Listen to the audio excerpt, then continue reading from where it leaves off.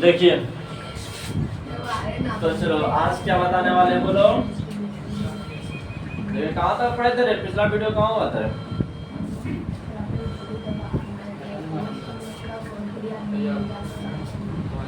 देखिए लास्ट में हम electrochemical cell and gives energy of the reaction ये वाला बता दिए थे कि आज चलो इसके आगे कंडक्टेंस ऑफ इलेक्ट्रोलाइटिक सॉल्यूशन। तो समझना है बात, कंडक्टेंस ऑफ इलेक्ट्रोलाइटिक सॉल्यूशन। देखिए conductance of electrolytic solution, conductance of electrolytic solution, conductance of electrolytic solution. देखिए हाँ, तो आपको सब बात बताते हैं, आपको कुछ फिजिक्स के जैसा लगेगा। देख लीजिए वैसे भी हम पहले ही बताए थे फिजिकल केमिस्ट्री है कि नहीं। देखिए तो यहाँ समझना है क्या कंडक्टेंस फाइंड करेंगे इलेक्ट्रोलाइटिक सॉल्यूशन का, कि इलेक्ट्रोलाइटिक सॉल्यूशन का कंडक्टेंस फाइंड करेंगे। अच्छा एक बात यह पूछना है, रेजिस्टेंस के बारे में हम लोग जानते हैं। रेजिस्टेंस क्या चीज होता है? प्रतिरोध। तो है कि नहीं? टेंथ में पढ़ा देंगे प्रतिरोध, इसका मात्रक ओम होता है। रेजिस्टेंस तो समझ जिसका यूनिट ओम होता है कि नहीं। तो समझना पहले को यह बात बता दीजिए कि रेजिस्टेंस को हम लोग किससे रिप्रेजेंट करते हैं?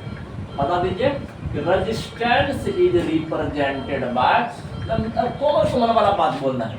रेजिस्टेंस इज रिप्रेजेंटेड बाय, किससे रिप्रेजेंट करते हैं? बाय आर से रिप्रेजेंट करते हैं कि नहीं? देखिए आर से रिप्रेजेंट करते हैं। हाँ, और इसका जो मात्रक होता है वो क्या होता है? ओम होता है। ओम होता है ना रे? देख लीजिए समझ रहे हैं बात, इट्स यूनिट इज ओम। इसका जो मात्रक होता है वो क्या होता है? इसका इकाई होता है वो क्या होता है? ओम होता है। ओम से हम लोग रिप्रेजेंट करते हैं। अगर सिंबल की बात करें तो इस तरह का सिंबल दे रहे थे कि नहीं? इसी को कहते हैं रेजिस्टेंस। इसी को क्या कहते हैं? हाँ तो समझ रहे हैं बात को, रेजिस्टेंस कहते हैं। क्या कहते हैं? रेजिस्टेंस कहते हैं। हाँ देखिए, और जितना भी मटेरियल होता है, जितना भी मटेरियल रहे, कि चाहे वो कंडक्टर रहे, चाहे वो इंसुलेटर रहे, चाहे वो सेमी कंडक्टर रहे, सबके पास रेजिस्टेंस होता है। हाँ चाहे किसी के पास ज्यादा रेजिस्टेंस हो, किसी के पास कम रेजिस्टेंस हो, लेकिन रेजिस्टेंस हर मटेरियल के पास होता है। बोला गया सर क्या जीरो रेजिस्टेंस हो सकता है?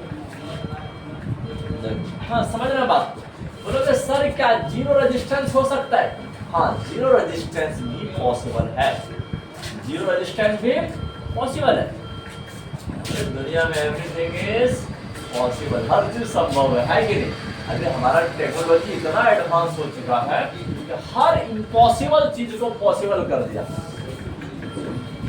पहले स्टार्टिंग टाइम में लोग सोचते थे कि वो कौन सा दिन आएगा जब इंसान हवा में उड़ेंगे। आज हवा में उड़ता हुआ दिखाई दे रहा है। सो जो इंसान के पास ना पंख है ना कुछ है। हाँ लेकिन कभी मून पर जाते हैं, कभी कोई और प्लैनेट पर जाते हैं, है कि नहीं? बात ऐसी होती है, हर इम्पॉसिबल को पॉसिबल कर रहा है। तो बिल्कुल याद रखना है। देखिए रेजिस्टेंस हम लोग प्रतिरोध बच्चा क्लास में पढ़े थे, 10th क्लास में पढ़े थे कि नहीं? किस समय प्रतिरोध होता है, इसे आर से दिखाते हैं और इसका मात्रक क्या होता है? ओम होता है कि ओम होता है।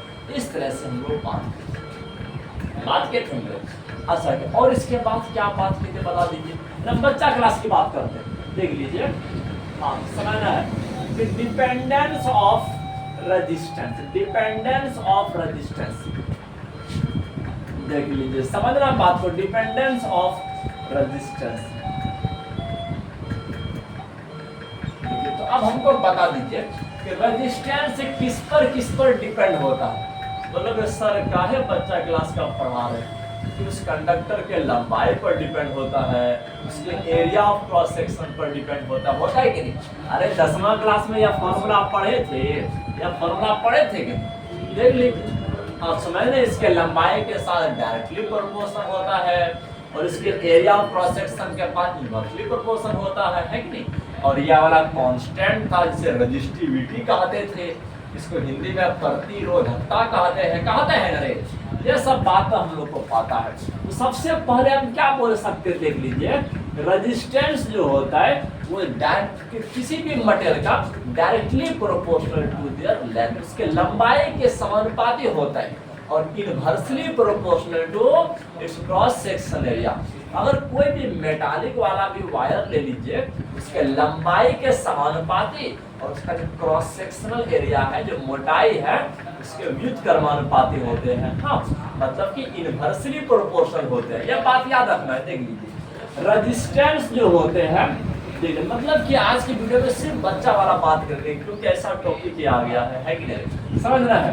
रेजिस्टेंस जो होता है इज डायरेक्टली प्रोपोर्शनल टू, यह बात याद रखना है, इज डायरेक्टली प्रोपोर्शनल टू, समानुपाती होते हैं, directly proportional to length of conductor. देख लीजिए, लेंथ ऑफ कंडक्टर कि कंडक्टर के लंबाई के समानुपाती होते हैं, कंडक्टर के लंबाई के समानुपाती होते हैं। बात यही है कि नहीं। देख लीजिए, इसको चलो हम मोटा वाला पात लिख देते हैं, आर समानुपाती देख है ना, रेजिस्टेंस आपका प्रोपोर्शनल टू लंबाई है कि नहीं। अच्छा, दूसरा वाला बात क्या बताए थे, एरिया के साथ कैसे डिपेंडेंस होता है, इनवर्सली डिपेंडेंट होता है, व्युत्क्रमानुपाती। मतलब कि अगर एरिया बढ़ेगा तो रेजिस्टेंस घटेगा, रुकावट घटेगा, आपका कंडक्टिविटी अच्छा करेगा, है ना रे। इसीलिए तो हम लोग घर में ना मोटका तार का यूज करते हैं। देखे हो ना रे, ठीक है, पतला तार ना तुम सुनते हो कि वो क्या कहते हैं कि पतला तार फटाक से जल जाता है सर, क्या कहते हो, पिघल जाता है, वर्क नहीं करता ठीक ढंग से, है कि नहीं। तो हम बीच में फट जाता है, हाँ, बीच में हो जाते हैं, अरे वो चिपक जाता है आपस में, है कि नहीं। हाँ, तो समझ क्या कहते, कभी कभार ओवरलोडिंग के चलते होता है ऐसा काम। हाँ, देख, अभी हमारे घर में देख लीजिए, हर वायर आपका 10 करोड़ का 15 करोड़ कैसे मिलेगा, है कि नहीं। जो प्राइस लगता है कि नहीं, मोटा मोटा तार है। जहाँ समझ रहा है, आर समानुपाती क्या हो गया, हो गया। दूसरा वाला बात बताते, दूसरा वाला समझना है, रेजिस्टेंस इज, देखिए ऐसा लगता है सर एकदम 10th क्लास का पढ़ा रहे हैं। Resistance is inversely proportional to, यह बात याद रखना है, इनवर्सली प्रोपोर्शनल टू। तो किसके इनवर्सली प्रोपोर्शनल होता है, तो proportional to cross sectional area. तो वो जो होता है ना, वो मोटाई एकदम पतला तो होता ही है, उसी के इनवर्सली प्रोपोर्शनल होता है। हाँ, उल्टा डिपेंडेंस होता है, उल्टा।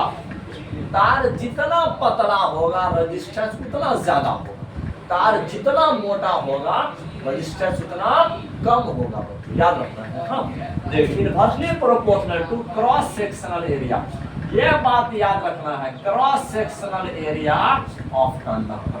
या कंडक्टर का जो क्रॉस सेक्शनल एरिया है, इसके इनवर्सली प्रोपोर्शनल डिपेंड्स होते हैं। बोलेंगे सर लिख दीजिए ना, इसको ऐसे लिखा करते हैं बच्चों, ऐसे लिखा करते हैं, है कि नहीं। एक पर यहाँ हमारा नाम नहीं है, एरिया ऑफ क्रॉस सेक्शन, है कि नहीं, क्रॉस सेक्शनल एरिया।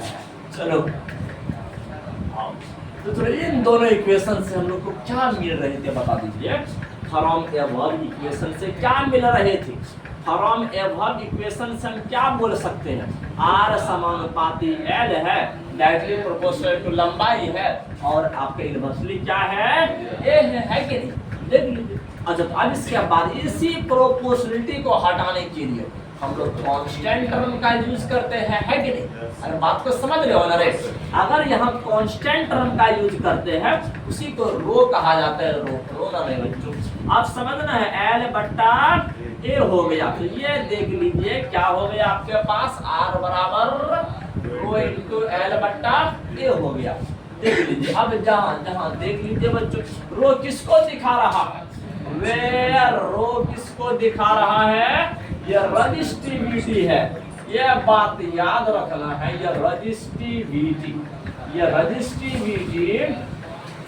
देख लीजिए ऑफ कंडक्टर। ये